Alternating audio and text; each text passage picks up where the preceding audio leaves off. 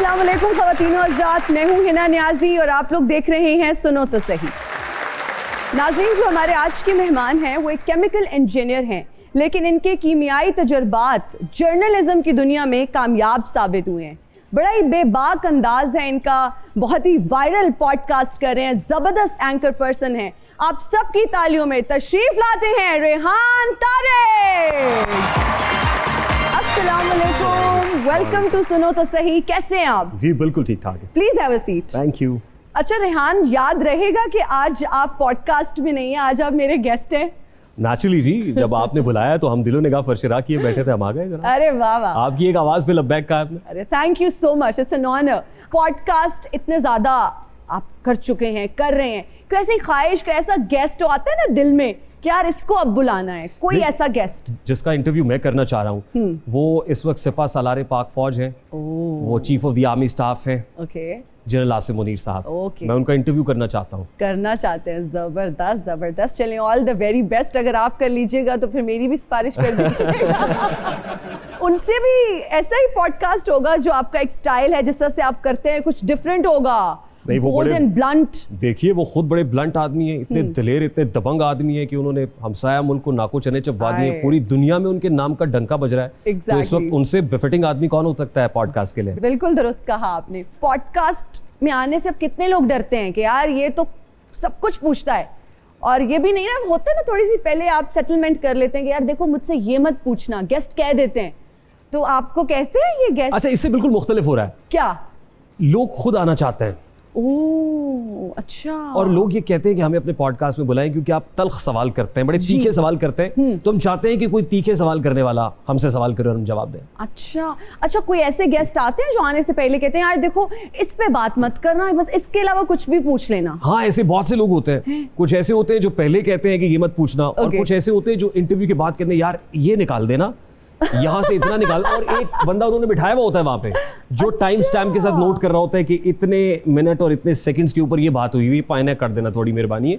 और सबसे ज्यादा तकलीफ मुझे उसी शख्स से होती है। नहीं तो फिर आप काटते हैं या आप कहते हैं नहीं देखें जी अब तो रिकॉर्ड हो गया and you signed up for this, आप आए थे, आप मेरे मेहमान थे, लेकिन माजरत के साथ अब वो एडिट नहीं हो सकता? क्या करें कि जब कोई बंदा जिसको कहते हैं ना चिपक ही जाए, इतना चिपकू हो जाए कि ये निकाल दें आप, और फिर वो ऐसी ऐसी दुआइयां देने लगे कि खुदा का वास्ता है मैं घर में जाने जोगा नहीं रहूंगा, मेरे साथ ये प्रॉब्लम हो जाएगा, फिर हम कहते नहीं यार इंसानी हमदर्दी के तहत निकाल देना चाहिए। हमदर्दी के तहत चलो निकाल दे। अच्छा, आप पढ़ाते भी रहे हैं जी यूनिवर्सिटी में, वो कैसा एक्सपीरियंस था? माशाल्लाह, you are very good looking, dynamic. तो इतना हैंडसम टीचर हो जो पढ़ा भी रहा हो, और पढ़े लिखे लोगों की तो मैं कहती हूँ इस इंडस्ट्री में, होस्टिंग में, एंकर्स अगर इस तरह के आना शुरू हो जाएं तो क्या ही बात है कि वो रिसर्च भी कर रहे हैं, वो पढ़े लिखे भी हैं। तो खुद इतने यंग टीचर को कैसे स्टूडेंट्स कैसे रिस्पॉन्ड करते? तो मुझे पता चला है कि आप डांटते भी बड़ा आप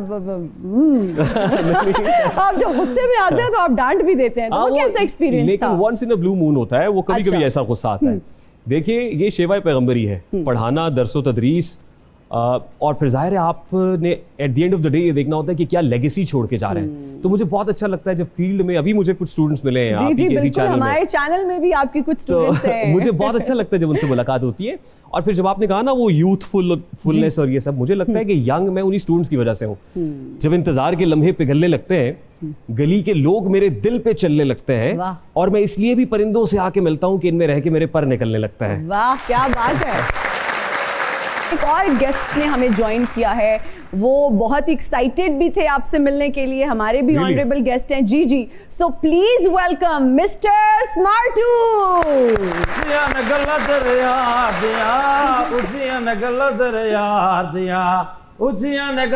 हेलो, किधर आ गए भाजी? एक्सक्यूज मी, अस्सलाम वालेकुम। वालेकुम अस्सलाम। मतलब मेरे बहुत ऑनरेबल गेस्ट हैं और आप भी। ये क्या जुमला आपने बोला है अभी? सर ये मैं इन्हों के मगर ही जो इन्होंने मेरा पॉडकास्ट किया, तौबा मैंने लोग गिफ्टिंग करना छट गए। नहीं, मैं जानना चाहती हूँ आप दोनों के बीच में क्या चल रहा है, because I am literally clueless. मैं पहले रेहान तारिक साहब से जानना चाहूंगी कि ये क्या माजरा है, ये आपका। पहले तो मैं ये समझूं कि पायने नजर आ रहे हैं दोनों किन्ने ने?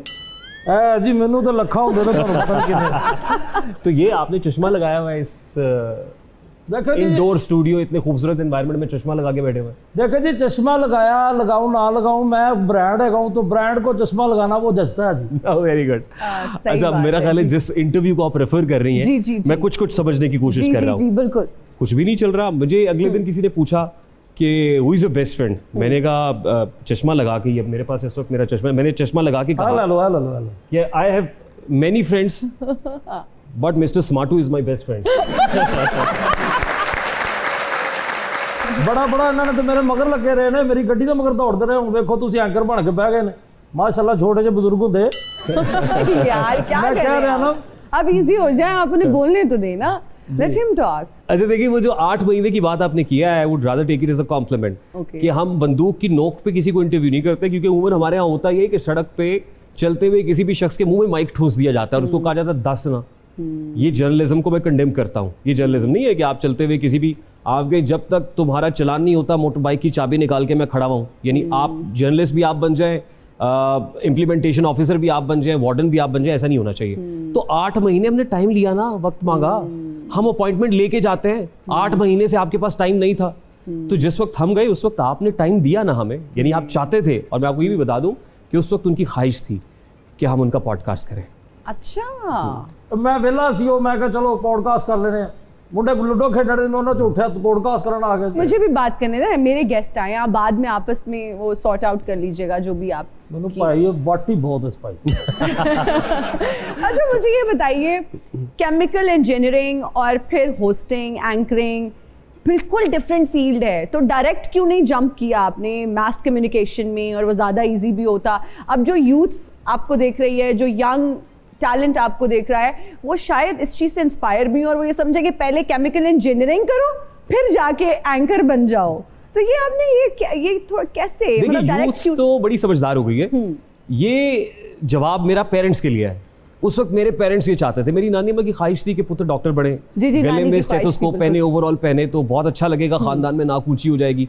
मेरे अब्बा की ख्वाहिश थी कि लड़का इंजीनियर बनना चाहिए, क्योंकि अच्छा। इंजीनियर जरा 4 साल में बन जाता है, डॉक्टर 5 साल में बनेगा, उसके बाद हाउस जॉब होगी और पता नहीं क्या क्या होगा। Exactly. तो मैं अपने अब्बा की ख्वाहिश की तकमील के लिए इंजीनियर बन गया। ओह, अच्छा। तो बस अब्बा की ख्वाहिश थी, इंजीनियर बन गया। और ऐसे बहुत सारे बच्चे हैं जो अपने पेरेंट्स की ख्वाहिश पे बहुत कुछ बन जाते हैं, उनसे पूछता ही नहीं है कोई कि तू की बनना चाहना है ना।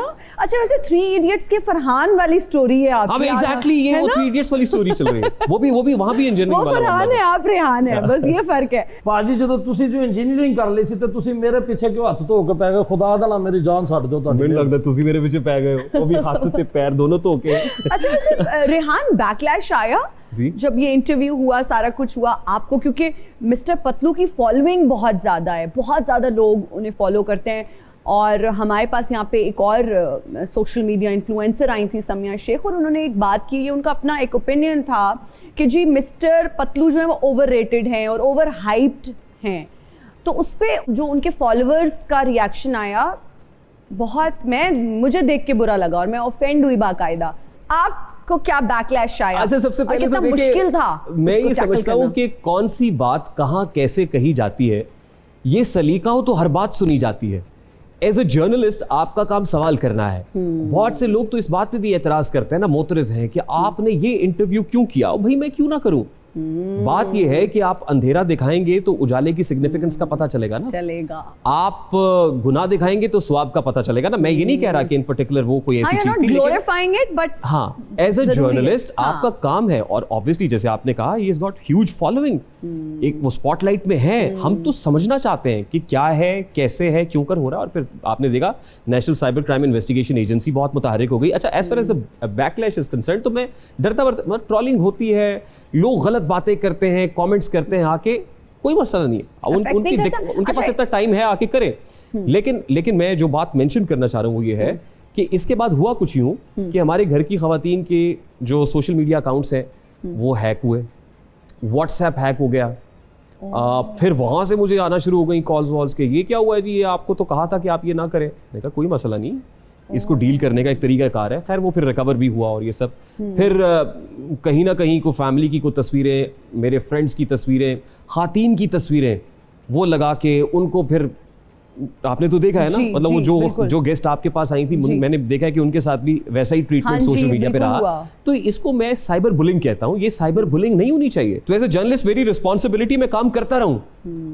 गर्चे बुते जमात की आस्तीनों में मुझे है हुक्म अज़ां ला इलाहा इल्लल्लाह, वाह, ये नगमा फसले गुलो लाला का नहीं पाबंद, बहार हो कि खिज़ां ला इलाहा इल्लल्लाह, तो मुझे कोई टेंशन नहीं वाह, है। वाह। लेकिन जब बात दूसरे लोगों तक आ जाए, फैमिलीज तक आ जाए, बहनों बेटियों तक Personal हो आ जाए, जाए। तो ये अनजस्टिफाइड है।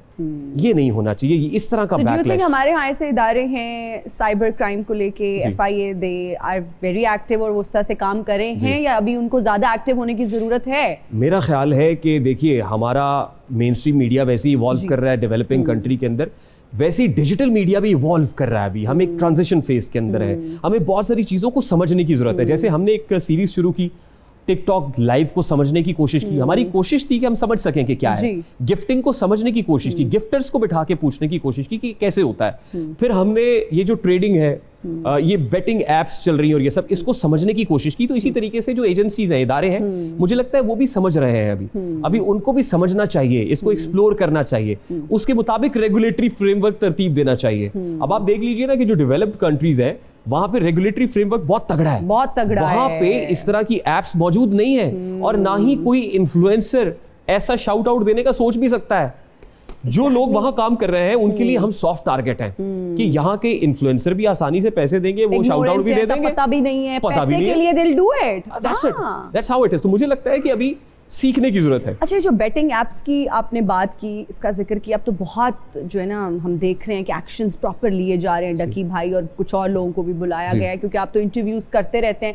मजीद किन इन्फ्लुएंसर्स को तफ्तीश के लिए बुलाया जा सकता है? 2 खातीन का नाम सामने आ रहा इकरा था। कंवल का आया था इकरा जी? कंवल का नहीं, इकरा कंवल का नाम तो आ गया, उसके बाद अभी 2 पाइपलाइन में थे। ओके, ओके, उसमें एक तो बड़ी मारूफ इन्फ्लुएंसर हैं, टिकटॉकर हैं, जन्नत मिर्जा का नाम ओके, ज़ेरे गर्दिश था।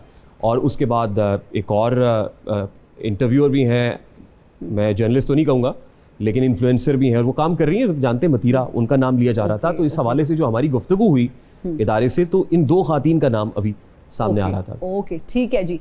हाँ जी, आप बताइए ये गिफ्टर्स का क्या सिलसिला है? गिफ्टर्स का सबसे पहले जी मैं बताता चलूँ, ਜਦੋਂ ਦਾ ਇਸ ਭਾਈ ਨੇ ਮੇਰਾ ਇੰਟਰਵਿਊ ਲਿਆ ਨਾ, हाँ, ਆ ਨਾ ਮੈਂ ਤੁਹਾਨੂੰ ਦੱਸਣਾ ਜੀ, ਉਸ ਤੋਂ ਬਾਅਦ ਲੋਕਾਂ ਮੈਨੂੰ ਗਿਫਟਿੰਗ ਛੱਡ ਦਿੱਤੀ ਹੈ ਜੀ। ਅੱਛਾ। ਹੁਣ ਲੋਕੀ ਮੈਨੂੰ ਤਾਨੇ ਮਾਰਦੇ ਨੇ ਸਿਰਫ ਜੀ। ਉਸ ਤੋਂ ਬਾਅਦ ਵੇਖੋ ਜੀ, ਅੱਗੇ ਗਿਫਟਿੰਗ ਹੁੰਦੀ ਸੀ, ਉਹ ਹੁਣ ਮੈਨੂੰ ਲੋਕੀ ਗਿਫਟ ਦੇ ਵਿੱਚ ਕੋਈ ਸਬਜ਼ੀ ਦੇ ਜਾਂਦਾ, ਕੋਈ ਟਮਾਟਰ, ਕੋਈ ਆਲੂ, ਕੋਈ ਵੈਸੇ ਕੋਈ ਆਟਾ ਦੇ ਜਾਂਦਾ। ਕੱਲ ਇੱਕ ਬੰਦਾ ਮੈਨੂੰ ਗਿੱਲਾ ਲਸਣ ਦੇ ਗਿਆ ਜੀ।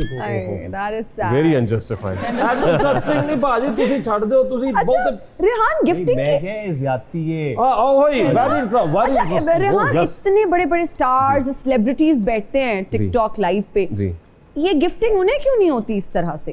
ये सवाल आप वैसे मुझसे पूछते ना, क्योंकि ये मैं लीडर हूँ, मैं लेजेंड हूँ, मैं डॉन हूँ इसका टिकटॉक का। तो मैं आपको बताता चलूँ जी, जो स्टार्स बड़े बड़े बैठे हैं वो हमसे छोटे स्टार हैं। आप जरा इनकी ज़हनी साख्त का अंदाजा लगाएं। He is flying so high. हाँ तो जी। मुझे इनके बारे में किसी ने बताया, इनके एक गिफ्टर ने बताया, कहते दुबई में एक इवेंट था और उस इवेंट पे बॉलीवुड के एक बड़े स्टार संजय दत्त साहब आ रहे थे, और हमने इनको कहा कि संजय दत्त के साथ आपको बिठाएंगे। तो इन्होंने कहा मैंने संजय दत्त के साथ नहीं बैठना, संजय दत्त को फेम मिल जाएगा। हाँ, तो सही क्या देखो जी। God, really? हाँ जी, आप इनकी ज़हनी साख्त का अंदाजा लगाइए। टिकटॉक पे हम बैठते, वहां पे गिफ्टिंग होती, बड़े बड़े, ये आप नहीं कर सकते। मारो बब्बर शेराज जी, शेर दे आ बच्चे आ, ये कर सकते हैं आप? नहीं, मैं नहीं कर सकता। कभी नहीं कर सकते। इसके लिए मुझे 100 साल चाहिए। मैं नहीं कर सकता सर। देखो ये कौन आ गया है, डॉन, मैं हूँ डॉन, डॉन, मैं हूँ डॉन। ले जी, इनकी कमी थी, ये भी आ गए हैं। आप कैसे हाजिर हुए जी? डॉन हमें जिथे मर्जी जा सकना, डॉन को पकड़ना मुश्किल ही नहीं, बहुत सौखा है, क्योंकि डॉन दे गिट्टे गोडे रह गए ने। आईना गर्द गर्द कैसा है, रंग चेहरे का जर्द कैसा है, काम घुटनों से जब लिया ही नहीं, फिर ये घुटनों में दर्द कैसा है। ओए ओए, मैं असल ਦੇ ਵਿੱਚ ਇਹ ਭਾਜੀ ਵਾਲਾ ਆਇਆ ਜਿਹੜਾ ਲੋਕਾਂ ਦੇ ਇੰਟਰਵਿਊ ਕਰਕੇ ਤੇ ਉਹਨਾਂ ਨੂੰ ਮਸ਼ਹੂਰ ਕਰ ਰਹੇ ਆ।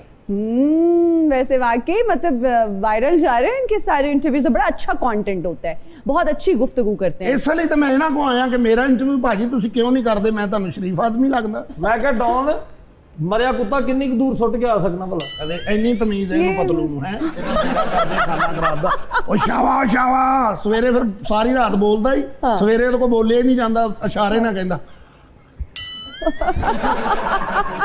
देख लो कैसे अब रेहान साहब देखो आपके सामने आप फिर हमें बोलते हैं। रेहान साहब ਤੁਸੀਂ ਮੇਰਾ ਇੰਟਰਵਿਊ ਕਰੋ, ਮੈਨੂੰ ਪੁੱਛੋ ਮੈਂ ਕਿਹੜਾ ਕਿਹੜਾ ਧੰਦਾ ਚਲਾਉਣਾ, ਕਿਸ ਕਿਸ ਧੰਦੇ ਦੇ ਵਿੱਚ ਮੇਰੇ ਹੱਥ ਮੂੰਹ ਕਾਲੇ ਨੇ, ਤੁਸੀਂ ਮੈਨੂੰ ਪੁੱਛ ਹੀ नहीं रहे। मैं जरूर करना चाहूंगा, मुझे मिले ही आप आज है। हाँ, ये बस ठीक पूछना है। चाह रहे हैं और ये कहना शायद ये चाह रहे हैं कि आप इतने डॉन्स का इंटरव्यू कर चुके हैं, इनका कब हाँ, करेंगे? डांस का इंटरव्यू करें, लोगों को पता चले कि डांस है क्या और ये देखें डांस कैसा हो रहा है। इतनी लचक वाला डॉन मैंने पहली बार देखा है। है ना? ਤੁਸੀਂ ਖੁਸ਼ ਨਸੀਬ ਐਡੀਆਂ ਸਸਤੀਆਂ ਮਸ਼ਹੂਰੀਆਂ ਕਰ ਰਹੇ ਨੇ ਨਾ ਕਾਵੇ ਤੇ ਰਸਗੁੱਲਿਆਂ ਤੇ, ਮੈਂ ਤੁਹਾਨੂੰ ਦੱਸ ਨਹੀਂ ਸਕਦਾ ਦਾ ਬੇੜਾ ਤਰੇ ਪੈਸੇ ਲੈਂਦੀ ਹੀ नहीं गई उठे।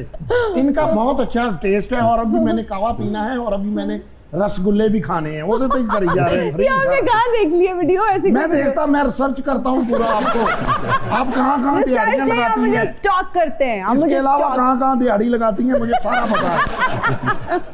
साडा बेड़ा तर जे तेरा बस नहीं चलता, तू ते फीता कटन का भी 400 ले लेंगे। मुझे साथ लेकर जाया करो, फिर मेरा मुंह बंद रहेगा। मेरी बात सुने, जी जी आप एक तो मेरे शो में आ गए हैं, फिर आप कह रहे हैं लोगों को वायरल करते हैं, लोगों को वायरल नहीं बेनकाब करते हैं, लोगों ओए, को साडी असलियत सामने आती है लोगों की। आपने अगर कोई रेलेवेंट सवाल पूछना है तो आप पूछिए, वरना प्लीज। अंडरवर्ल्ड ਦੇ ਵਿੱਚ ਮੇਰੀ ਬਹੁਤ ਘੱਟ ਰੇਟਿੰਗ ਆ ਰਹੀ ਹੈ, ਮੈਂ ਚਾਹ ਰਿਹਾ ਮੇਰਾ ਇੰਟਰਵਿਊ ਕਰਨ ਹੈ। ਸ਼ੁਕਰ ਹੈ ਮੈਂ ਤੁਹਾਡੇ ਕੋਲ ਆਪ ਚੱਲ ਕੇ ਆ ਗਿਆ, ਨਹੀਂ ਤਾਂ ਸੁਹੇਲ ਵੜੈਚ ਸਾਹਿਬ ਜਿਹੜੇ ਨੇ ਉਹ ਮੈਨੂੰ ਕਹਿ ਰਹੇ ਨੇ ਕਿ ਮੈਨੂੰ ਇੰਟਰਵਿਊ ਦੇ। ਇੱਕ ਦਿਨ ਜਿਹੜਾ ਨਹੀਂ ਉਹ ਘਰ ਆਉਂਦੇ ਸਾਰਾ ਕੁਝ ਖਾ ਜਾਂਦੇ ਨੇ। तो वो तो इतने सीनियर जर्नलिस्ट है, आपको चाहिए था कि आप जरूर बारिश इंटरव्यू। नहीं, वो खांदे बहुत ने। ये Yeah. देखे नाज़रीन, ये टिक्कियां भी बनी हैं। मेरी बात सुनिए, अभी मेरे शो में उन्होंने आना है, अगर ये क्लिप उन्होंने देख लिया तो वो नहीं आएंगे। नाज़रीन, ये सीधा सीधा तदाब नहीं है। ख़वातीन और हज़रात, यहाँ लेते हैं एक ब्रेक, हाजिर होंगे ब्रेक के बाद। कीप वॉचिंग, सुनो तो सही।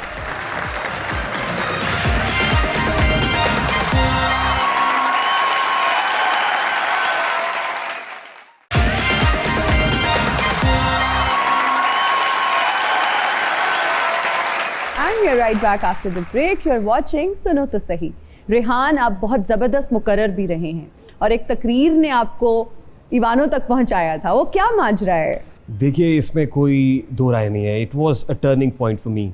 ये 2007-8 की बात है, जिस वक्त मियाँ बरादरान, जब मियाँ बरादरान कहते हैं तो आपको पता है मियाँ हाँ शहबाज जी, शरीफ और मियाँ नवाज शरीफ की बात कर रहे शरीफ साहब। हैं। एग्जाइल के बाद, जलावतनी के बाद वापस पाकिस्तान में आए थे और पंजाब में इनकी गवर्नमेंट आई। बिल्कुल। तो उन्होंने एक पंजाब में डिबेट कॉन्टेस्ट कराया, डिक्लेमेशन कॉन्टेस्ट था, उसमें मैं पंजाब से विन करके आया। And you were very young. हाँ, बैक इन 2007 and 8 की बात है ये। तो उस वक्त मैंने फर्स्ट टाइम पाकिस्तान की पॉलिटिकल लीडरशिप को इतना क्लोजली, यानी इतने सारे लोग बैठे हुए थे, तो ज़ाहिर है जज्बात का ठाठे मारता हुआ समंदर था जी। कि भाई I have to do it, अब मुझे बताना है कि मैं कितना अच्छा मुकर्रर हूँ। अच्छा, 2 मिनट दिए गए थे बोलने के लिए। मेरी जो तकरीर है उसका दौरानिया कोई 5 से 7 मिनट था। 7 मिनट, लेकिन 2 मिनट मुझे दिए गए थे। तो 2 मिनट जब हुए तो उसने मुझे रिंग की बेल के, बस करो। मैंने कहा घंटियां ना बजाओ, मैं यहाँ से चला जाऊंगा, मगर मेरी आवाज़ इस शोर सदा में गूंज तो लेने दो। अरे वाह। अच्छा, मेरे पास उस कैम कॉर्डर की रिकॉर्डिंग है, तो फिर मियाँ बड़े वाले मियाँ साहब ने कहा कि इसको, इस लड़के को बोलने दो। फिर मैं बोलता चला गया। जब मैं वो तकरीर करके उतरा था, एक साहब ने मेरे कंधे पे हाथ रखा और कहा कि मियाँ साहब कह रहे हैं तकरीर लिख दो। हाँ। मैंने कहा कौन मियाँ साहब? पीछे मुड़ के देखा तो बड़े वाले मियाँ साहब ने ऐसे सर हिलाया। मैं समझ गया कि लिखनी पड़ेगी अब तो। जी। मैंने कांपते हुए हाथों के साथ लिखना शुरू किया और पसीना उसके ऊपर गिर रहा था। Oh God. तो मेरे एक दोस्त होते थे अखबार में, वो मेरे पास आए और उन्होंने कहा कि यार आपने इस पे अपना नाम, अपना नंबर, अपना घर का पता, अपना ईमेल आईडी सब लिख देना है। मुझे नहीं पता था ये क्यों कह रहे हैं। खैर, मैं एक हफ्ते के बाद अपने घर में बच्चों को पढ़ाया करता था। मेरे घर में बच्चे पढ़ने के लिए आए हुए थे। ओके। इसी दौरान मुझे कॉल आती है, अस्सलाम वालेकुम जी, मैं डॉक्टर आसिफ किरमानी बात कर रहा हूँ, पर्सनल सेक्रेटरी मियाँ नवाज शरीफ। मेरी जाने वाला डॉक्टर आसिफ किरमानी कौन है? जी। तो कहते रेहान साहब, वो आपने ईवान इकबाल में तकरीर की थी, कुछ पॉइंटर्स थे, कंपोज फॉर्म में मिल जाएगी? मैंने कहा जी मिल जाएगी। कितना टाइम लगेगा? मैंने कहा 3 से 4 दिन लगेंगे। उन दिनों कंपोजर्स, अब तो आप घर पे खुद ही टाइप करके जी, प्रिंट जी, निकाल जी। लेते हैं ना। मैंने कहा कि 3 से 4 दिन। नहीं 3 से 4 दिन ज्यादा, मियाँ साहब बात करेंगे। मियाँ साहब ने फोन लगाया, अस्सलाम वालेकुम रेहान साहब, क्या हाल है? मैं अपनी सीट से उठ के खड़ा हो गया। My God. फिर मैं फैमिली में चला गया, मैंने उसका स्पीकर ऑन किया। मैंने कहा घर वाले मानेंगे नहीं कि इसको मियाँ नवाज शरीफ साहब फोन कर रहा है, क्योंकि मैं एज ए यंगस्टर और इंजीनियरिंग का स्टूडेंट, और वो कहेंगे ये मुंह और मसूर की दाल। खैर, मैंने वो स्पीकर ऑन किया। उन्होंने कहा आप क्या करते हैं? मैंने बताया मैं इंजीनियरिंग का स्टूडेंट हूँ। अब्बा क्या करते हैं? कहा ये वो सब। मुझे बहुत पसंद आई। कितनी देर में पहुंचाएंगे? मैंने कहा सर आधे घंटे में आएगी। बच्चों को मैंने कराई छुट्टी।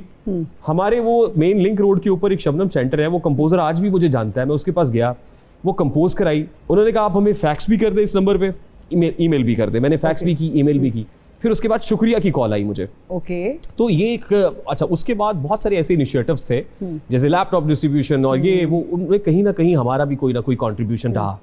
तो बहुत ज्यादा जब कुर्बतें बढ़ी, जी। फिर मुझे ये लगा कि नौजवान अपने वक्त का बादशाह होता है, उसे ये ईवानों में और यहाँ जाके अपने जो बादशाहत है ना उसको खोना नहीं चाहिए। फिर मैंने अपने पल्लू के साथ ये शेर बांध लिया, ये आज भी स्ट्राइक करता है इस दिमाग के साथ कि ऊंचे ऊंचे दरबारों से क्या लेना, भूखे नंगे बेचारों से क्या लेना, अपना खालिक अपना मालिक अफजल है, आती जाती सरकारों से क्या लेना। वाह वाह वाह, मुझे ये बिल्कुल अब यकीन हो गया कि शेर व शायरी से भी बहुत लगाव है। हाँ बेशक है। तो कैसे याद, हाफजा बहुत अच्छा है, एक दफा पढ़ लो तो याद हो जाता है। अच्छा, लोग मुझसे पूछते हैं कि ये कैसे याद रह जाता है। देखिए, मैं शेर को याद नहीं करता, मैं उसको एंजॉय करता हूँ। तो शेर को याद नहीं करना चाहिए, उसको एंजॉय करना चाहिए। वाह, जैसे हम गाने के लिरिक्स को एंजॉय करते हैं ना, तो हमें एफर्ट नहीं करनी पड़ती, हमें वो याद रह जाते हैं। अच्छा, वैसे आपको सीनियर जर्नलिस्ट ने शायद ये बताया हो कि एक वक्त था जब सहाफी को ना कोई किराए पे मकान देता था, ना कोई बैंक लोन देता था और ना रिश्ता आसानी से मिलता था।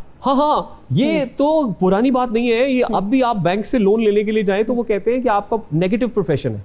मैंने कहा अच्छा, ये क्या होता है? उन्होंने कहा जी, ये जो जर्नलिज्म है या मीडिया है ना, इसको हम नेगेटिव प्रोफेशन की कैटेगरी में डालते हैं, तो इसलिए आपको लोन नहीं मिलना, लोन नहीं मिलेगा। और दूसरी जो आप रिश्ते वाली बात कर रहे हैं, मेरा एक दोस्त है तो वो खबरें पढ़ा करता था, तो उसके घर में रिश्ता देखने के लिए लड़की वाले आए। अच्छा। तो लड़की वालों ने कहा मुंडा की करता है? उन्होंने कहा जी वो खबरें पढ़ता है। अच्छा, वो तो ठीक है, करता की है?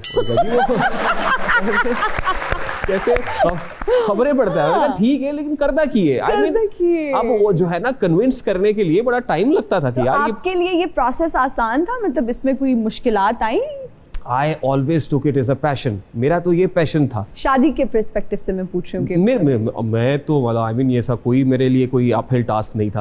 Arrange marriage? मुझे तो लगता है कि ऑटो पे ही लगा हुआ था सब कुछ। अच्छा, जैसे ऑटो पे ही लगा हुआ था। ऑटो पे ही हो गया सब कुछ। एंड अरेंज और लव? हाँ, मतलब हम तो अपने घर वालों की मर्जी के बगैर नहीं कुछ कर सकते। तो पानी नहीं पी, आई मीन Really? कहने का मतलब ये है कि घर वालों की मर्जी हर चीज में शामिल होती है। Okay okay, so it was all arrange. Obviously. अच्छा जी, हमारा एक सेगमेंट है जिसका नाम है रीडिंग लिप्स। कानों पर आपके हेडफोन्स लगाए जाएंगे। अच्छा। उसमें गाने चल रहे होंगे ताकि आपकी अटेंशन जो है वो डिविएट हो, आप गाने सुने, लेकिन आपने बहुत स्मार्टली देखना है कि मैं क्या लिपसिंग कर रही हूँ, मैं क्या एक्ट कर रही हूँ, और आपने गेस करने की कोशिश करनी है। देखा, हाँ, चेहरा, तेरा, मौसम, देखा जो चेहरा तेरा, मौसम भी प्यारा लगा, कानों में झुमका तेरे, मुझको सितारा लगा। वाह वाह वाह वाह। ओके, नेक्स्ट जी। जरा ढोलकी, जरा ढोलकी बजाओ गोरियो। नेक्स्ट, जट, हाँ, चढ़िया कचहरी, जट चढ़िया कचहरी, बल्ले नहीं बल्ले। वाह। सानू, नहर, हाँ, सानू नहर वाले पुल पे बुला के। जब ज्यादा बारिश, जब ज्यादा बारिश होती है, ज्यादा पानी आता है। मतलब ये टू स्मार्ट। ओके, आसमान से गिरा खजूर बैठ का। मुश्किल है, देखें।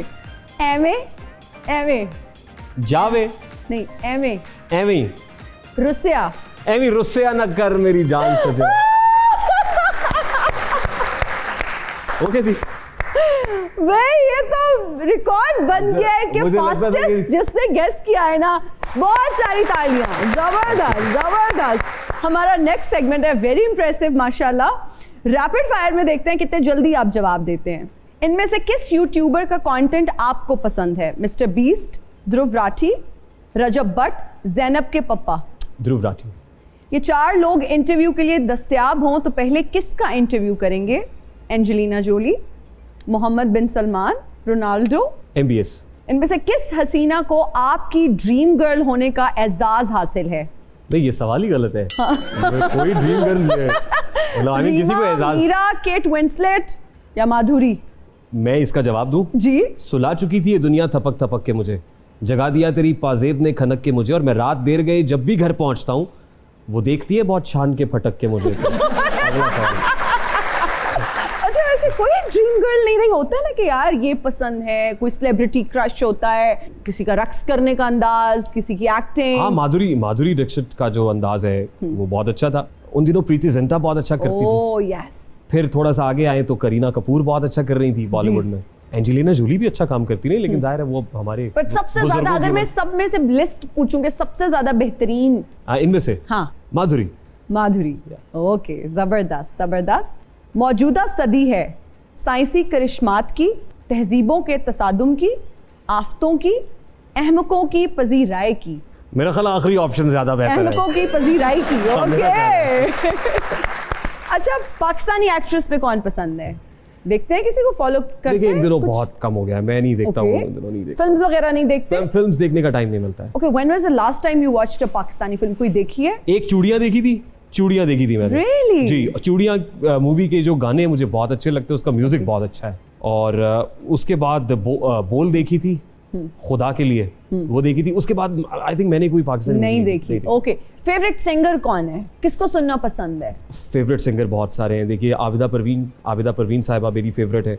खान साहब, नुसरत फतेह अली खान साहब मेरे फेवरेट हैं। तो टिपिकल। और फिर सजाद अली साहब मेरे फेवरेट हैं। ओके, जबरदस्त। फेवरेट जर्नलिस्ट कौन है? फेवरेट जर्नलिस्ट तो बहुत सारे हैं, बहुत अच्छा काम करे। जैसे फॉर एग्जांपल अभी मेरे उस्ताद सुहेल वड़ाइच साहब का जिक्र हुआ यहाँ पे। जी। तो सुहेल वड़ाइच साहब का जो अंदाज है सवाल करने का, क्वेश्चन फ्रेमिंग का, मेरा नहीं ख्याल कि उस तरीके से कोई क्वेश्चन फ्रेम करके उतने सॉफ्ट अंदाज में उस लबो लहजे के अंदर कोई लोडेड सवाल भी रैप करके कर सकता है। ये मलका सुहेल वड़ाइच साहब का, और मैं ऑन रिकॉर्ड ये कह रहा हूँ ताकि सनद रहे और बवक्ते ज़रूरत काम आए। एंड अगर मैं कहूँ एंकर पर्सन कौन पसंद है? किसकी होस्टिंग अच्छी लगती है? अभी एक काशिफ अब्बासी साहब ऑफियर है इन दिनों। काशिफ अब्बासी साहब बहुत अच्छा शो कंडक्ट करते हैं।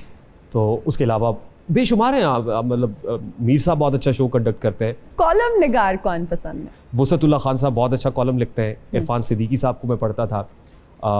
इवन मैं डॉक्टर आमिर लियाकत साहब के कॉलम्स बड़े शौक से पढ़ा करता था। जबरदस्त। तो ये सब बड़े पसंदीदा रहे मेरे। ओके, जबरदस्त।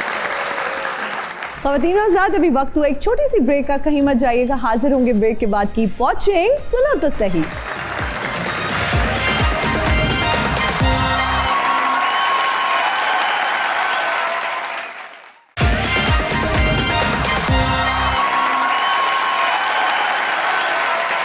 And right back after the break. आप देख रहे हैं सुनो तो सही।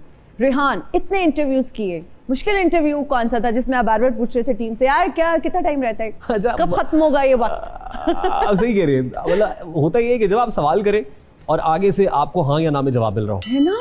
यानी वो जवाब देने वाला, उसके पास जवाब देने को अल्फाज, मतलब उसके पास वोकैबुलरी ना हो, और हाँ या ना में आपने सवाल किया, जी बिल्कुल, उसके बाद आप क्या करें? इंटरव्यूअर तो फौत हो जाता है।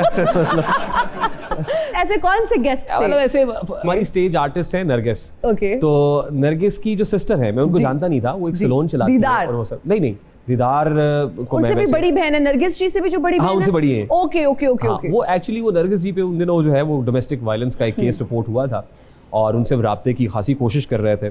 जी। तो उनकी जो बड़ी बहन है वो रेडी, उनका जिस पे मैं बात करती हूँ।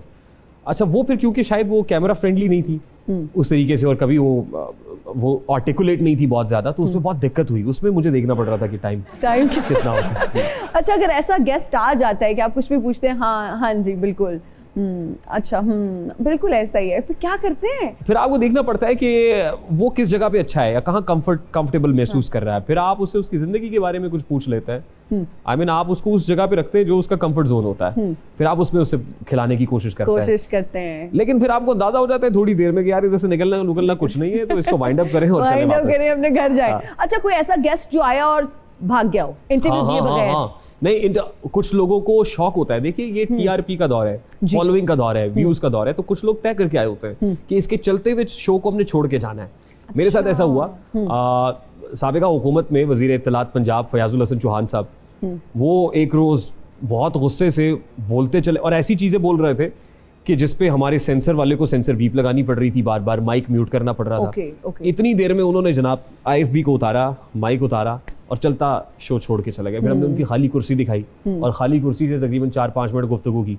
फिर इसी तरह पाकिस्तान तहरीक इंसाफ की जमशेद इकबाल चीमा साहब हालांकि हमारे बहुत अच्छे दोस्त हैं और बड़ी हलीमी है उनकी तबीयत के अंदर, मिजाज में, लेकिन उस दिन मुझे नहीं पता चला उनको क्या हुआ, उन्होंने भी ऐसा ही किया, चलते हुए शो को छोड़ के चले गए।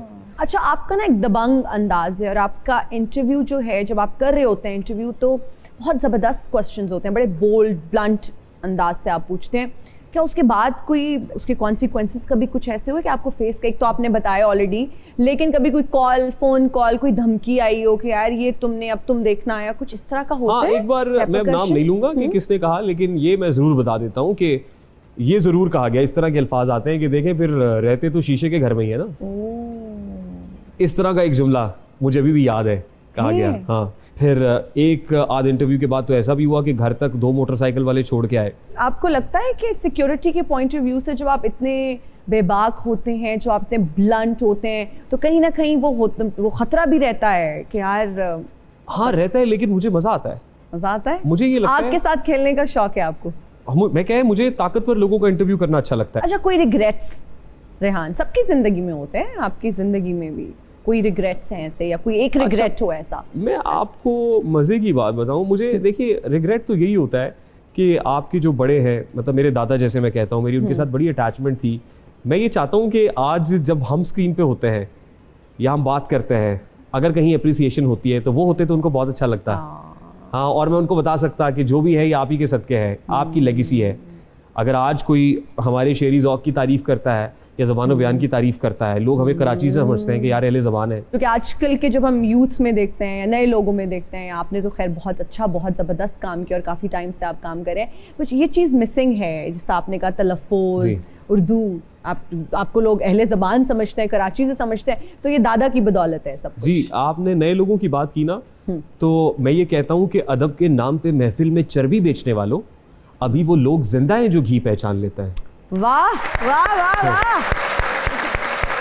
मेरे आगे आगे में जो मुझको झूले जादो मार जाएगा, बिजली बरी है मेरे आगे आगे में जो मुझको झूलेगा, बिजली बिजली बिजली बिजली बिजली बरी है मेरे आगे आगे में जो मुझको झूलेगा वो मारे जाएगा। बिजली बारी है मेरे आगे आगे में जो मुझको छुएगा वो मर जाएगा। भाई साहब यहाँ पे शो चल रहा है, क्या कर रहे हैं? गलती से आए हैं यहाँ? हेलो, देखिए ये कोई शादी हॉल नहीं है, क्या कर रहे हैं? मेरा शो चल रहा है। क्या बात है, 7 रुपए वाली टॉफी होंगी है।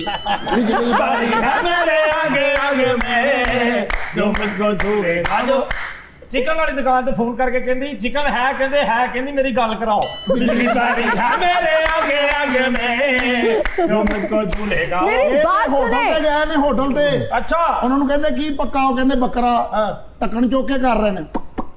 बिजली बारी है मेरे आगे आगे में जो मुझको झूलेगा। उतों दी ड्रोन कैमरा लगिया, ओदे दाने सुटन लग पई। बिजली बारी है मेरे आगे आगे में खबरां सुन रहे सी, उन्होंने कहा आइए आपको मुल्तान ले चलते हैं, फिर? बैग चुके तो रक्षा करा ले। बिजली बारी है मेरे आगे आगे में जो मुझको छूट पाए। अस्सलाम वालेकुम, कैसे आप? बड़े खान साहब आए ने। आप कौन लोग हैं? यहाँ क्या कर रहे हैं? बड़े खां छोटे खां सी कवाल आ साडे होलीए इंजीनियर वाले ने कोई। तुसी जनाब बड़े बड़े लोगों दे इंटरव्यू करदे हो, साडा भी इंटरव्यू करो, कवालां ते भी ध्यान दियो कि कवाल नहीं पैदा हुंदा। नहीं, लेकिन थोड़ा मुंह देख के लग रहा है जिवें रोटी छंड के लाई हुंदी। ਇਹੋ ਜਿਹੇ ਬੰਦੇ ਨੂੰ ਕਾਲਰ ਵਾਲੇ ਮਾਈਕ ਤੋਂ ਕਰੰਟ ਪੈਂਦਾ ਹੁੰਦਾ। ਬਾਤ ਸੁਣੋ ਬਈ, ਇਹ ਉਤਾਰੋ।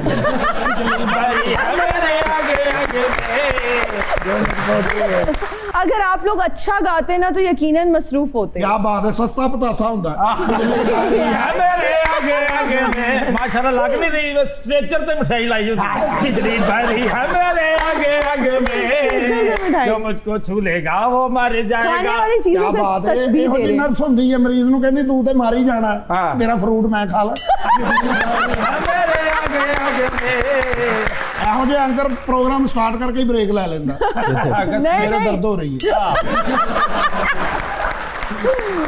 आपकी सलाह के लिए अर्ज है कि मुझे एंकर ब्रेक ही नहीं लेंदा ਇਹ ਬੜੇ ਇਸ शो ਟਾਈਮ करता है ਜੰਗਜੂ ਜਾ ਰਹੇ ਨੇ ਇਸ है ना? ਟਾਈਮ ਹਾਂਜੀ ਹਾਂਜੀ ਇਹ ਇੰਜ ਖਬਰਾਂ ਦੇ ਵਿੱਚ ਨੇ ਤੇ ਅਗਲੇ ਨੂੰ ਇਹੋ ਜਿਹਾ ਧੋਤਾ तो ਲਾਉਂਦੇ बच ਨੇ के रहे ना आप लोगों से भी पूछ लिया ਧੋਬੀ ਵੀ ਇਹੋ ਜਿਹਾ ਧੋਤਾ ਨਹੀਂ ਲਾਉਂਦਾ ਜਿਹੋ ਜਿਹਾ ਇਹ ਲਾਉਂਦੇ ਨੇ ਅਸੀਂ ਬਚਣਾ ਨਹੀਂ ਜੀ ਮੈਡਮ ਅਸੀਂ ਉਹਨਾਂ ਕੋਲ ਆਏ ਜੀ ਦੇਖੋ ਜੀ ਤੁਸੀਂ ਵੱਡੇ ਵੱਡੇ ਟਿਕਟੋਕਰਾਂ ਯੂਟਿਊਬਰਾਂ ਦੇ ਜੋ ਇੰਟਰਵਿਊ ਲੈ ਰਹੇ ਜੀ ਹਾਂ ਸਾਡਾ ਵੀ ਲਵੋ ਸਾਡਾ ਵੀ ਇੰਟਰਵਿਊ ਲਵੋ उनको बेनकाब करें आपको भी कर देंगे ਸਾਨੂੰ ਸਰ ਕਦੋਂ ਬੁਲਾ ਰਹੇ ਹੋ ਫਿਰ ਹਾਂਜੀ ਬੁਲਾਓ ਸਰ ਅਸੀਂ ਦੋਵੇਂ ਐਸੇ ਕੁਆਲ रेहान साहब आप बुला ही ले मतलब इनकी ख्वाहिश है कि आपके शो में ओ आएं। काली काली जुल्फों के फंदे न डालो काली काली जुल्फों के फंदे न डालो हमें जिंदा रहने दो ऐ हुस्न वालो काली काली जुल्फों के फंदे न मेरी डालो बात सुने कुछ 4 पैसे कमा लेते हैं आप लोग ਚਾਰ ਪੈਸੇ ਕਮਾਉਣ ਜੋਗੇ ਹੁੰਦੇ ਤੇ ਇਹਦੇ ਚਾਹੁੰਦੇ ਅਸੀਂ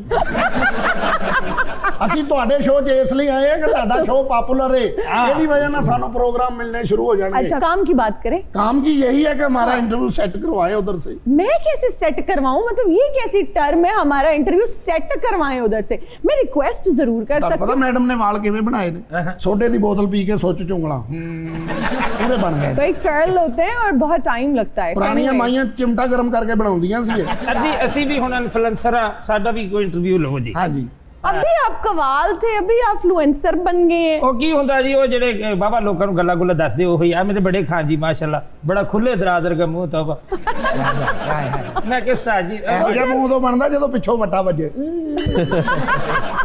ਕੀ ਕਹਿੰਦੇ ਐ ਕਾਲੀ ਕਾਲੀ ਜ਼ੁਲਫੋਂ ਕੇ ਫੰਦੇ ਲਗਾ लो हमें जिंदा रहने रेहान कोई ऐसी ख्वाहिश जो अभी तक पूरी नहीं हुई आप चाहते हैं बस पूरी हो जाए हजारों ख्वाहिशें ऐसी कि हर ख्वाहिश पे दम निकले वाह वाह तो मेरा ख्याल है ऐसी ख्वाहिशें रखनी नहीं चाहिए अभी तक तो जो सोचा है वो पूरा हुआ है Okay. और मैं ये समझता हूँ फिर वही बात है अहमद नदीम कासमी साहब ने लिखा था किसी लाइलाज रजाई ने रजाई ऑप्टिमिस्ट को कहते हैं जी जी वो कहते हैं किसी लाइलाज रजाई ने ऐसा रजाई ऐसा ऑप्टिमिस्ट जिसको कह रहे हैं कि ग्लास आधा खाली है वो कह रहे हैं नहीं भरा हुआ है खाली है नहीं भरा हुआ है किसी लाइलाज रजाई ने ये खबर चमन में उड़ाई है कोई पत्ता जब ना हो शाख पे तो समझ लो फसलें गुलाई है वाह। यानी चीज़ों को देखने का ये एंगल भी है कि नहीं है इस वक्त कुछ नहीं है तो क्या हुआ यार बाहर है बस चंद ही कदम की दूरी पे सब कुछ हो जाएगा इंशाल्लाह हरियाली होगी तो हम उस इंतज़ार में इंशाल्लाह कि जब चीज़ें बहुत बेहतर हो जाएंगी बहुत अच्छी हो जाएंगी हमारा मुल्क जो है वो दिन दुगनी रात चुगनी तरक्की कर रहा होगा हम भी अक़वाम आलम की सफ़ में सर